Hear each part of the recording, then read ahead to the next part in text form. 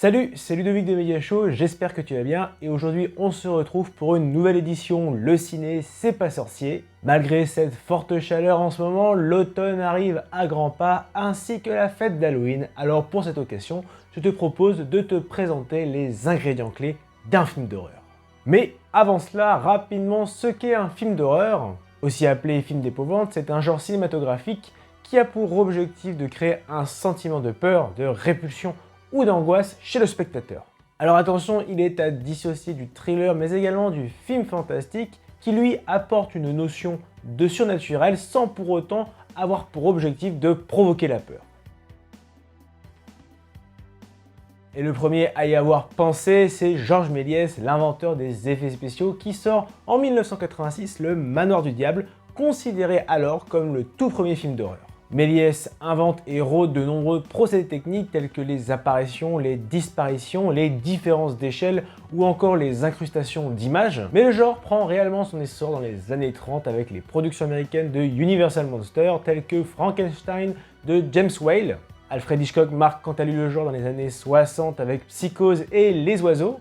D'autres films de l'époque sont encore cultes aujourd'hui tels que La Nuit des Morts Vivants de George Romero et L'Exorciste de William Friedkin. Buongiorno. Quod nomen mi est? My terror is rich. Combien de temps penses-tu rester en vegan? Jusqu'à ce qu'elle pourrisse et schlingue à 10 pieds sous terre. Mais alors, quels sont les ingrédients clés d'un film d'horreur? Eh bien, en voici 6.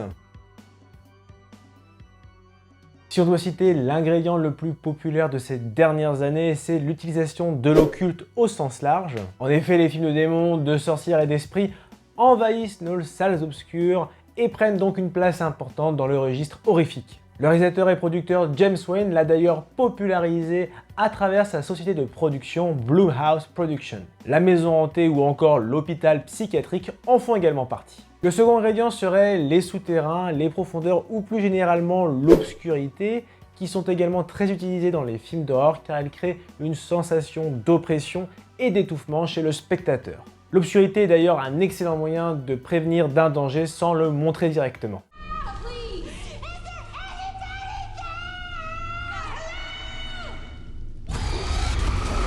Le troisième, c'est l'utilisation de sang ou plus généralement d'effets gore afin de révulser le regard, de dégoûter le spectateur et permet également d'obtenir une violence graphique plus efficace.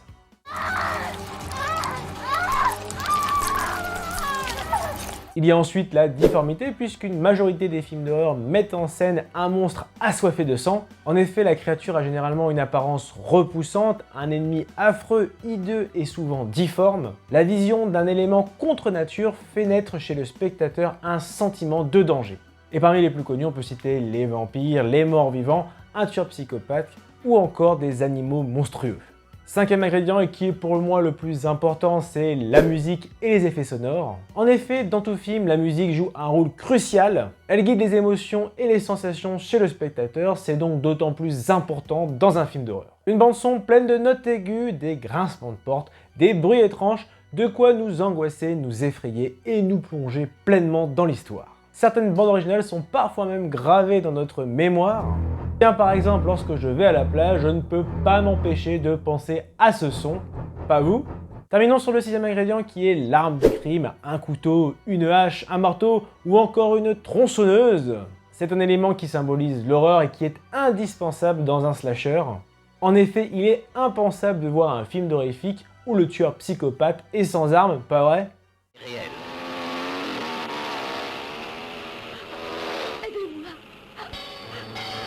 Personne ne survivra au meurtrier fou. Massacre à la tronçonneuse. Terminons cette vidéo sur les types du genre horrifique les plus connus. Commençons avec le slasher qui naît en 1974 avec Black Christmas de Bob Clark, mais qui prend finalement son essor en 1978 avec le succès de La Nuit des Masques, alias Halloween, de John Carpenter.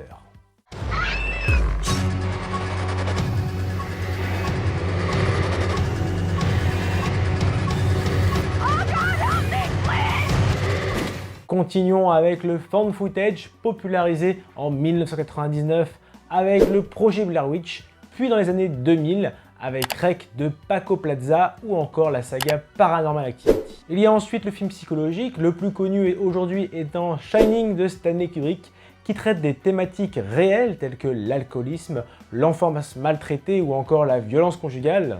Il y a également le film d'exorcisme et d'esprit, et forcément quand il s'agit de possession ou de démons, on pense à L'Exorciste sorti en 1973, mais pour ma part, je te conseille vivement de regarder Sinister avec Ethan Hawke.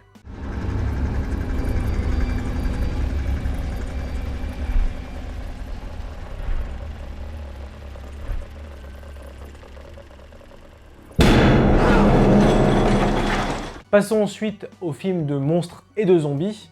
C'est un genre qui se permet beaucoup de liberté en termes de création et de mise en scène. Alors parfois on se trouve effectivement avec de gros navets, mais on peut également y trouver de belles réalisations. Evil Dead de Sam Raimi, The Thing de John Carpenter, The Descent de Neil Marshall, Bienvenue à Zombieland de Robin Fleischer, ou encore Ça de Andy Muschietti. Terminons avec le film gore caractérisé par des scènes sanglantes très explicites, dont l'objectif est de chercher chez le spectateur de la peur, du dégoût et parfois même du rire. Le dernier en date qui a fait le buzz, c'est Terrifier, mais le plus culte reste sans conteste la franchise Saw.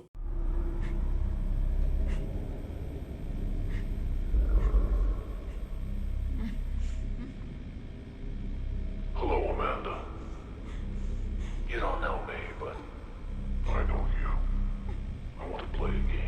Et voilà, cette vidéo est à présent terminée, j'espère qu'elle t'a plu. Si c'est le cas, lâche le pouce bleu. Ça faisait longtemps que j'avais pas fait de vidéo sur l'édition Le Ciné C'est Pas Sorcier, donc si tu as d'autres idées, partage-les dans les commentaires. Et n'oublie pas de t'abonner à la page Facebook, à la page Instagram, mais également à la chaîne YouTube, sans oublier la petite cloche pour recevoir toute l'actualité de Media Show. Allez, à très vite!